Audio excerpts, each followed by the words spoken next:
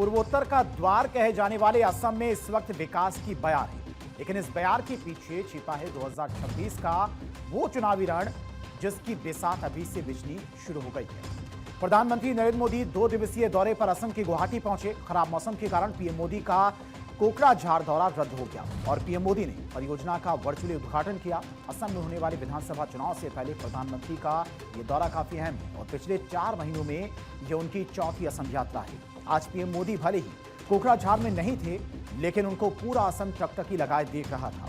महिलाओं के चेहरे पर खुशी थी, असम के लोगों के चेहरे पर उमंग था, उत्साह था, क्योंकि डबल इंजन की सरकार ने जिस तरह से विकास का ब्लूप्रिंट असम की जनता के सामने रखा, वो देखने लायक था। इसे एक छोटी सी वीडियो क्लिप से भी समझ सकते हैं। देखिए।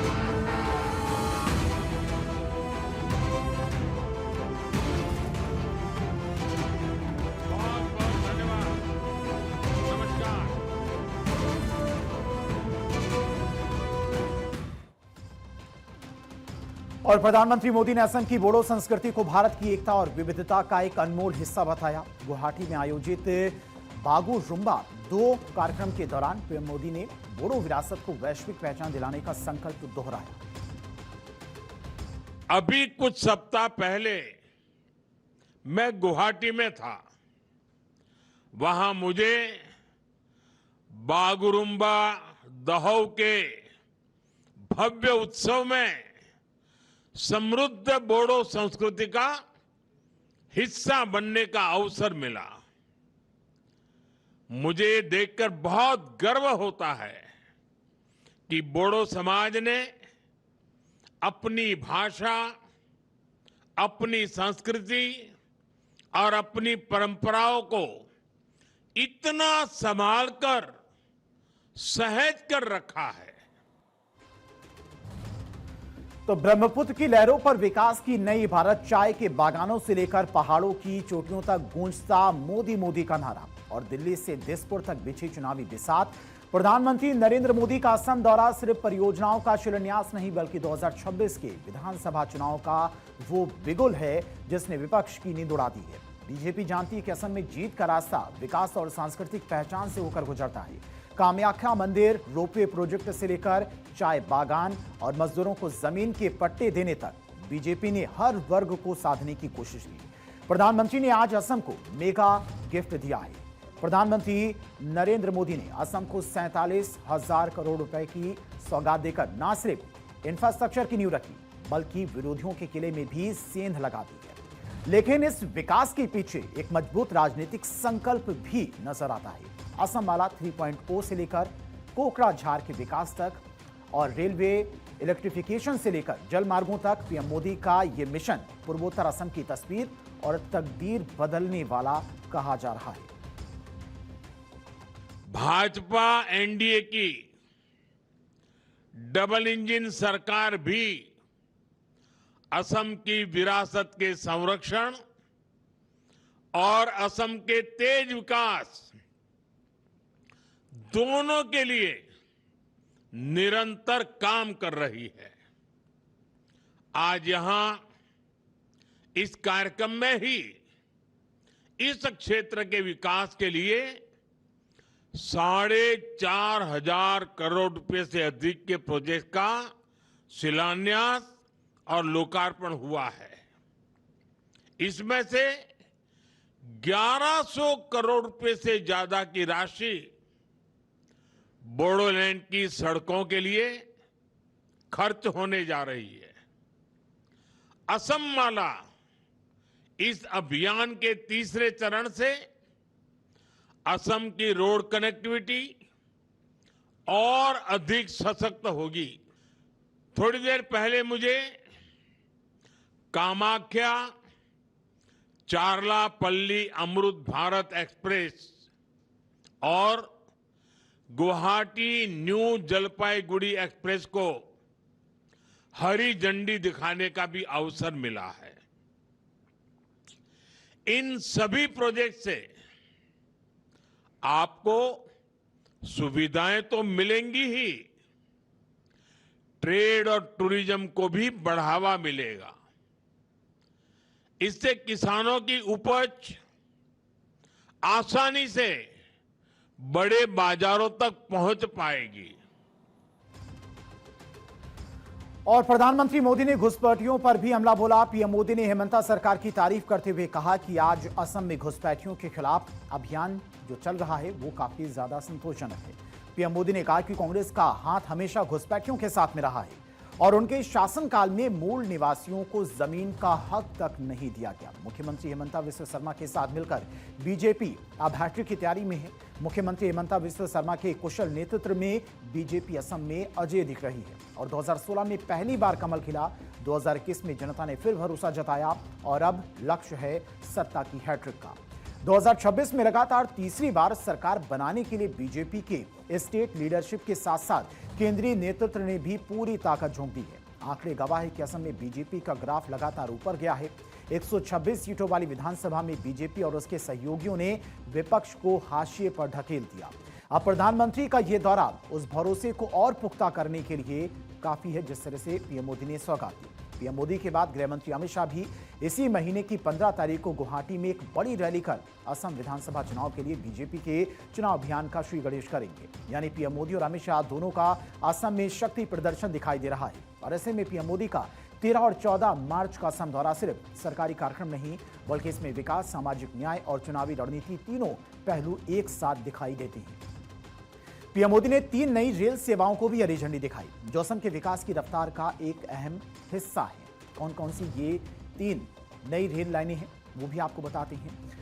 कामाख्या चरलापल्ली अमृत भारत एक्सप्रेस ट्रेन को हरी झंडी दिखाई गई। इसके अलावा उत्तर पूर्व और दक्षिण भारत के बीच में सीधी रेल कनेक्टिविटी प्रदान करेगी। गुवाहाटी न्यू जलपाईगुड़ी एक्सप्रेस असम और पश्चिम बंगाल के बीच में संपर्क को बेहतर बनाएगी। इसके अलावा तीसरी नारंगी अगरतला एक्सप्रेस असम और त्रिपुरा के बीच में आवागमन को ये सुगम बनाएगी। बीजेपी जानती है कि असम में जीत का रास्ता विकास और सांस्कृतिक पहचान से होकर गुजरता है। कामाख्या मंदिर रोपवे प्रोजेक्ट से लेकर चाय बागान मजदूरों को जमीन के पट्टे देने तक बीजेपी ने हर वर्ग को साधने की कोशिश की। पीएम मोदी ने असम की धरती से जो हुंकार भरी उसका सीधा असर 2026 के चुनावी नतीजों पर पड़ना तय है। क्या हेमंता बिस्वा शर्मा के नेतृत्व में बीजेपी असम में इतिहास रचेगी? क्या विकास की ये लहर विपक्ष का सुपड़ा साफ कर देगी? फिलहाल असम मोदीमय है और मिशन 2026 की शुरुआत यहां से हो चुकी है।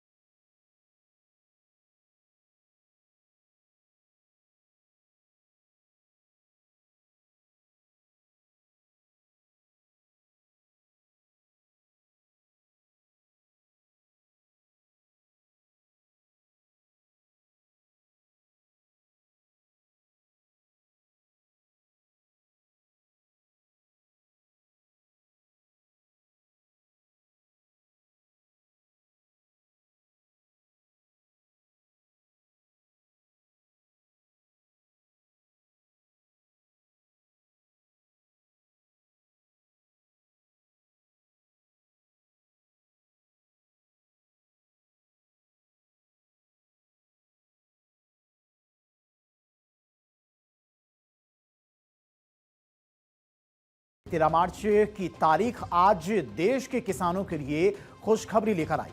एक ऐसी सौगात जिसका इंतजार देश के करोड़ों अन्नदाता कर रहे थे। प्रधानमंत्री नरेंद्र मोदी असम की धरती से एक बटन दबाते हैं और देश के 9.32 करोड़ किसानों के मोबाइल पर खुशियों का मैसेज गूंज उठा। 18,000 करोड़ रुपए की पीएम किसान सम्मान निधि की 22वीं किस्त आज सीधे खातों में पहुंच रही है। लेकिन इस किसान कनेक्ट के पीछे मिशन असम की एक बड़ी सियासी और विकास से जुड़ी तस्वीर भी है। 47,000 करोड़ की सौगात के साथ मोदी ने 2026 की चुनावी बिसात बिछा दी है। प्रधानमंत्री नरेंद्र मोदी ने एक बार फिर साबित कर दिया है कि उनके एजेंडे में अन्नदाता सबसे ऊपर है। 2,000 रुपए की 22वीं किस्त सीधे किसानों के बैंक खातों में ट्रांसफर हो रही है। डीबीटी के प्रहार से बिचौलियों का खेल खत्म हो चुका है और पाई पाई सीधे हकदार तक पहुंच रही है। करीब 9.32 करोड़ किसान लाभार्थियों को सीधे लाभ पहुंचा है। 18,000 करोड़ रुपए से ज्यादा की कुल राशि ट्रांसफर की गई। 2.15 करोड़ महिला किसानों के भी सशक्तिकरण पर जोर दिया गया। सालाना 6,000 की आय सहायता का निरंतर सफर। और इस योजना ने न सिर्फ खेती के लिए खाद और बीज का इंतजाम किया, बल्कि ग्रामीण भारत में महिलाओं की आर्थिक स्थिति को नई मजबूती दी है। लेकिन अगर आपको अब भी अपनी किस्त का इंतजार है तो घबराइए नहीं। बस अपने मोबाइल पर pmkisan.gov.in खोलिए और बेनिफिशियरी लिस्ट में अपने गांव का नाम चेक कीजिए। अगर केवाईसी और आधार लिंक है तो आपका पैसा आना तय है। मोदी का यह असम दौरा सिर्फ किस्तों तक सीमित नहीं है, यह मिशन पूर्वोत्तर तक वो मेगा मास्टर स्ट्रोक है जो 2026 की चुनावी राह आसान करेगी। 47,000 करोड़ की सौगात, जिसमें 900 किलोमीटर की सड़कें, कोकराझार में 3200 करोड़ के प्रोजेक्ट और चाय बागान मजदूरों को जमीन के पट्टे का अधिकार शामिल है। चाय बागान समुदाय को पहली बार जमीन का अधिकार मिला है और ये एक बड़ी सौगात भी प्रधानमंत्री मोदी की तरफ से मानी जा रही किसानों के लिए। यानी पीएम मोदी के असम दौरे का सबसे बड़ा संदेश, चाय बागान समुदाय को जमीन का अधिकार। ऐसे में यह समझना होगा कि असम की राजनीति और समाज में चाय बागान मजदूर समुदाय बहुत बड़ा वर्ग है। यह समुदाय लगभग 200 साल से असम में रह रहा है, लेकिन अब तक इनके पास में जमीन का मालिकाना हक नहीं था। अब प्रधानमंत्री के द्वारा पहला भूमि अधिकार प्रमाण पत्र दिया जाएगा। राजनीतिक और सामाजिक महत्व की बात करें तो इससे लगभग 40 से 50 लाख लोगों को सीधा लाभ मिल सकता है और यह समुदाय लंबे समय से वोट बैंक के रूप में अहम रहा है। भूमि अधिकार मिलने से उनकी सामाजिक स्थिति और आर्थिक सुरक्षा भी मजबूत हो जाएगी और इसीलिए यह फैसला सिर्फ प्रशासनिक नहीं बल्कि ऐतिहासिक सामाजिक सुधार माना जा रहा है। वहीं असम के साथ साथ नजरें पश्चिम बंगाल पर भी हैं। 18,680 करोड़ के प्रोजेक्ट के जरिए बंगाल में भी विकास की नई लहर पैदा करने की कोशिश है। चाहे खड़गपुर सिलीगुड़ी आर्थिक गलियारे की बात हो या फिर रेलवे का पुनर्विकास, संदेश साफ है, विकास की गति ही 2026 की चाबी बनेगी।